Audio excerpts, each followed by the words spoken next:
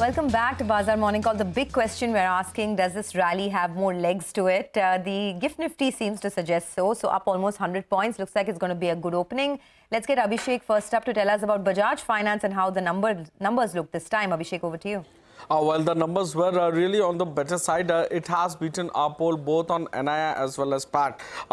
If you take a look at the ratios, asset quality, slight hiccup, but largely in control. Gross NPA ratio is at 0.95% versus 0.91% in the previous quarter. Net NPA ratio is up 6 basis points on a sequential basis. Calculation shows that the net interest margin might have declined both YOY and quarter on quarter. Now, the key highlight is that in the con call, Rajiv Jain did say that there is a lot of noise about him on an ongoing basis. So he did clarify that he will continue to be actively involved in shaping the strategy of the company and its subsidiaries. Back to you. Okay, all right. Thanks a lot for that, Abhishek. Well, let's hop across to Mangalam. Mangalam, ITC not smoking hot this time. Not smoking hot this time. In fact, it was the cigarette business which was weak. If you just take a look at the overall numbers of the company, the revenue is 16,500 crores. The street was working with a number of 17,000 crores, so there was a miss there. The EBITDA as well, a little over 6,000 crores. The street was working with a number of 6,400 crore plus, and there was a miss out there as well. The net profit was aided by higher other income and a tax credit of nearly 500 crores. What was good this time around was the FMCG revenue growing 7.5%, the EBIT growing 24%. Hotels, the hospitality sector is on a tear, so we saw a near 18% growth out there with a 15% jump in the EBIT as well. What wasn't good was the agri business and the paper business, where we saw a decline in the revenue and a bigger decline in the operating performance as well. Now, here's to the bigger weakness, the cigarette volumes. They, were flattish or a decline of the range of between 0 to -2%, as against street expectations of a range of 0 to +2%. Why is it that the cigarette volumes were weak? One, because the base quarter had a 15% volume growth. Secondly, dealers usually stock up ahead of budget, expecting some sort of change. But this time around, because it's a vote on account, maybe the stocking will be shifted to the next quarter ahead of the main budget. And finally, is the premium end, which is doing well, which does not account as much for in volumes this time. And that's the problem for ITC, mass consumption not happening, the premium end doing well, and a high base. So all of this put together seem marginal red in the stock today. All right, Mangalam, thanks very much for that. Let's focus on NTPC. Vivek is standing by with that one. Vivek, morning. Well, good morning. Coming off a very high base, this particular quarter on a year-on-year basis was expected to be quite muted. So the results are largely in line with expectations, slightly soft, especially when you're looking at it on a year-on-year basis. Lower power prices, lower realizations, marked the fact that the company did see higher generational volumes of almost 11% higher on a year-on-year basis. So revenues down 5% on a year-on-year basis, EBITDA down 25%, margins too, significantly softened, almost 650 basis points downtick on margins on a year-on-year basis. Profits higher by 2%. However, what the market will be looking out for from NTPC this time around, especially what is it that the company is going to do as far as the renewable energy arm is concerned. At this point of time, it appears that the IPO has been pushed out, quite indefinitely for this point of time.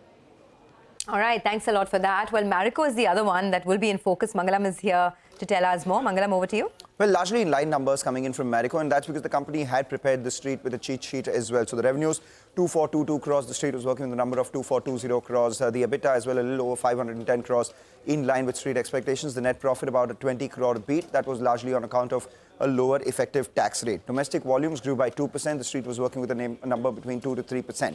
Now, after the Q3 update, the stock had corrected because of the soft update.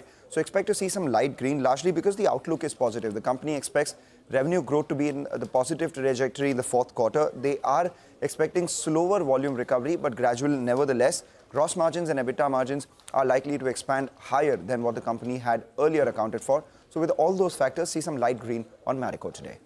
Got it. Thanks a lot for that, Mangalam. Well, we'll also be connecting with Abneesh Roy, ED of Novama Institutional Equities, to decode Marico as well as ITC's numbers later on in the show. But let's go back to Rima. Rima, tell us about Vodafone Idea. How are the numbers? Well, it's an operationally weak set of numbers, so things continue to remain a bit muted. The company's revenues have fallen on a quarter-on-quarter basis, and on a year-on-year basis, the growth is absolutely flat, just up 0.5%. The good part is margins have expanded on a sequential basis, and the reported loss is down. The reported loss is about 7,000 crore rupees, which is lower than what we had in the prior quarter, but that's largely on account of an exceptional gain of 755 crore. The concern is the loss in its subscribers and the market, share. On a sequential basis, the subscriber losses widened to 4.6 million. Their capex spend is also lower than peers. The debt is high at over 2 lakh crore rupees. Fundraising so far has been elusive. There is an investor call which is scheduled at 2:30 p.m. today. The other good thing in the numbers this time, though, is that the amount that the company needs to repay the next 12 months' debt has actually come down compared to what it was, and it currently stands at about 5,400 crore rupees. But things continue to remain a bit challenging for Vodafone Idea, and the loss in subscribers is a bit worrying. All right, Rima, thanks very much for that. Well, Piramal Enterprises is the next one we focused on. Reported numbers. Abhishek has got details. Abhishek, morning. Morning, Prashant. So to begin with, it's a mixed bag given the fact that they have one-off provisions in this quarter. However, we need to see whether that provision will get reversed or not. Now, the AIF-related provision that RBI had asked lenders to do, that has weighed on the performance. So talking about the top-line growth, net income is down about 24% YOY, but it's up 24% on a sequential basis. The net interest margin has, expanded by almost 20 basis points sequentially. There is an exceptional item of loss of about 3,467 crores. Now, AIF related provision of about 1,677 crore was done in this quarter. Capital adequacy ratio has taken a huge hit on account of this, RBI rule of increase in RWA as well as, this loss. So it has come down to 24.3% when compared to 31% in the previous quarter. Net loss is at about 2,378 crore with a fact that there is an income tax reversal of about 957.5 crore. Disbursals are up 50.5% YOY and about 23% sequentially. AUM growth is at 9.2% YOY and about 6% sequentially. Asset quality largely stable. Our gross NPA ratio has declined to 2.4% when compared to 2.7% in the previous quarter. Back to you. All right, Abhishek, thanks a lot for that. Well, I'm looking at Nuvoco Vistas. The numbers actually look better than expected. So they've gone for profitability over volumes. On the top line, there was a degrowth because volumes are under pressure. They were down close to 10%. However, part of that was made up because realizations were better. The company is focusing on premiumization. Trade sales is around 70% of their mix, and out of that, 36% was premiumization. So pretty good on that front. The operating profit as well came better than what the street was working with. It came in at around 410 crores approximately. Two factors played out there. One is better than expected realizations. The second factor is that power and fuel costs did see a sharp decline, and that's why the EBITDA per ton came in at more than 1,000 rupees per ton. Well, in terms of the debt, that's still relatively high at around 4,500 crores. But in the last few months, last few quarters, in fact, it's come down from around 5,300 crores to around 4,500 crores odd. Valuation-wise, it has support at around $85 per ton for a 25 million ton plant, expecting the stock to open up well in the green. That's about that's cement major, but let's go to Sonal. She's here to tell us about Petronet. Sonal? Well, good numbers from Petronet LNG. It was better than the poll, but there was a one-time revenue as well that the company got. But in terms of reported revenues were up 17.5%. EBITDA was up 40.5%. Margins came in at 11.6% versus a poll of 9.7%. Net profit was up 46% to come in at 1,190 crore rupees. This compares with a poll of 796 crore rupees. These numbers look way higher than the poll. This is because there was a user pay charge for the entire calendar year that the company accounted for in the December quarter of around 610 crore rupees. This is something which aided earnings. But other than that as well, total volumes were better than the poll, came in higher by 39% on a YOY basis, 4% on a sequential basis. So going with green, the con call also at 11:15 today. All right, thanks a lot for that. RR Kabil also came out with their numbers. Upasna is here to tell us more. Upasna, over to you.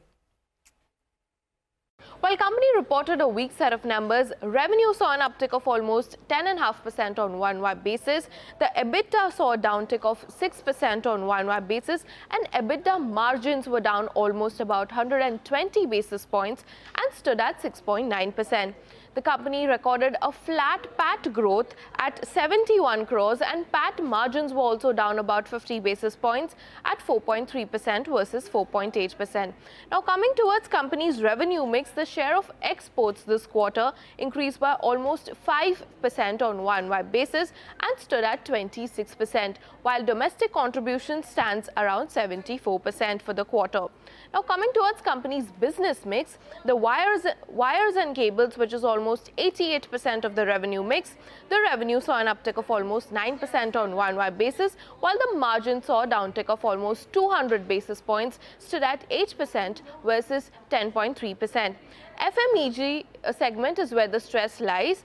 which contributes almost 12% of the company's overall revenue mix. The revenue in this segment saw an uptick of 18%, but PBT saw a loss of almost 12.3 crores versus a loss of 34.7 crores. All right, Upasana, thanks very much for that. Well, Orchid Pharma is in focus. Ekta's got details on this one. Ekta. Well, I expect the stock to be in the green because an antibiotic, which is a primary novel invention by the company, has received the European Medicines Agency approval. It is used to treat complicated urinary tract infections, pneumonia, and it marks the first instance of an Indian-invented drug reaching the stage of clinical development and also getting the EU approval. It is expected to be one of the important triggers for Orchid Pharma. Hence, I expect the stock to see some upside today. All right, thanks a lot for that. Here's a quick recap of our top stocks. Stocks with positive news flow. There's Bajaj Finance, Marico, Nuvoco Vistas, Petronet LNG and Orchid Pharma, while stocks with negative news flow, ITC, NTPC, Piramal Enterprises, Vodafone Idea and RR Kabel.